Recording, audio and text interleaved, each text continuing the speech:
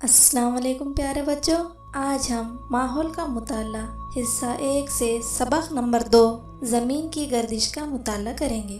زمین کی گردش یعنی زمین کا گھومنا۔ تو آئیے اسے سمجھنے کے لیے ہم ایک ایکسپیریمنٹ کرتے ہیں۔ ایک لٹو لیجئے، اسے گھما کر اس کا مشاہدہ کیجئے تو آپ دیکھیں گے کہ لٹو خود کے اطراف گھومنے لگتا ہے۔ کوئی بھی چیز جو اپنے اطراف گھومتی ہے اصل میں وہ ایک لکیر کے اطراف گھومتی ہے۔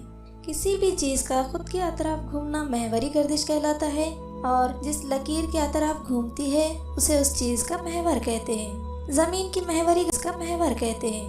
زمین کی محوری گردش سمجھنے کے لیے چلیے ایک اور مثال لیتے ہیں۔ ایک گلوب لیجئے، اسے گھمائیے، وہ کس لکیر کے اطراف گھومتا ہے دیکھیے۔ ایک شاکول لے کر گلوب کے قریب پکڑیے، ہم دیکھیں گے کہ شاکول اور زمین کا محور یہ دونوں لکیریں ایک دوسرے کے ساتھ زاویہ بناتے ہیں، یعنی زمین کا محور جھکا ہوا ہے۔ ایسے جھکے ہوئے محور کی حالت میں زمین گھومتی رہتی ہے۔ تصویر میں آپ دیکھیں گے زمین کا محور NS لکیر کے ذریعے بتایا گیا ہے۔ یہ لکیر زمین کے مرکز سے گزرتی ہے۔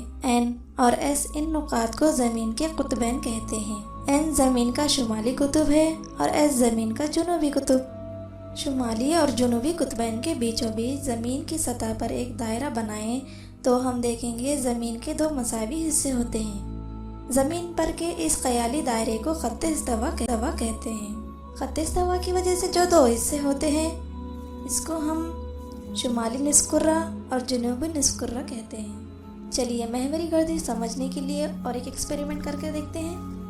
ایک میز کے بیچوں بیچ ایک موم بتی رکھیے، موم بتی کے اطراف ایک دائرہ بنائیے، اس دائرے کے ایک نقطے پر گلوب رکھیے، موم بتی جلائیے، کمرے میں اندھیرا کیجیے اور فرض کیجیے کہ موم بتی سورج ہے۔ گلوب کو قطب شمالی کی جانب سے دیکھیے اور گھڑی کی سوئیوں کی مخالف سمت میں گھمائیے۔ ہماری زمین بھی خود کے محور پر اسی سمت یعنی مغرب سے مشرق کی طرف گھومتی ہے۔ گلوب کے مختلف حصے بالترتیب اجالے کی جانب آتے ہیں اور اسی ترتیب میں اجالے سے دور ہو جاتے ہیں۔ گلوب کے جس حصے پر روشنی پڑتی ہے وہاں دن ہوتا ہے اور جہاں روشنی نہیں پڑتی وہاں رات ہوتی ہے۔ تو اس طرح زمین کی ایک محوری گردش پوری ہوتی ہے۔ اس وقفے کو ہم ایک یوم کہتے ہیں۔ ایک یوم کے 2 حصے ہوتے ہیں، یعنی ایک دن اور ایک رات۔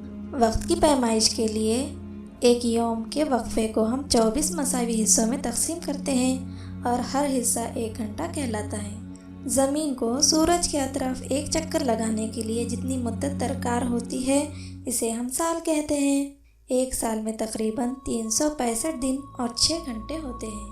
گریگورین کیلنڈر میں ایک سال کے 365 دن مان لیے گئے ہیں۔ اس کے معنی یہ ہے کہ ہر سال میں 6 گھنٹے کم مانے جاتے ہیں، یعنی 4 سال میں 24 گھنٹے یا ایک مکمل دن کم ہو جاتا ہے۔ اس دن کو گریگورین کیلنڈر میں ہر چوتھے سال فروری کے مہینے میں ایک زائد دن جوڑا جاتا ہے۔ اس سال فروری مہینے 28 کی بجائے 29 دن کا مانا جاتا ہے اور وہ سال 365 کی بجائے 366 دن کا ہوتا ہے۔ اس سال کو لیپ سال یا لیپ ایئر بھی کہتے ہیں۔ جیسا کہ ہم جانتے ہیں چاند زمین کے اطراف گردش کرتا ہے اور زمین سورج کے اطراف کرتی ہے۔ پورنیما اور اماوس، ہمیں چاند کا زمین کے سامنے کا نصف حصہ نظر آتا ہے۔ زمین سے ہمیں چاند کا ایک ہی رخ دکھائی پڑتا ہے۔ جیسا کہ ہم جانتے ہیں چاند ایک سیارہ ہے اور وہ خود کی روشنی سے نہیں چمکتا، اس پر سورج کی روشنی پڑتی ہے اس لیے وہ ہمیں نظر آتا ہے۔ پونم کی رات کو ہمیں چاند کا زمین کی جانب والا حصہ پورا نظر آتا ہے اور اماوس کی رات کو چاند کا کوئی حصہ نظر نہیں آتا۔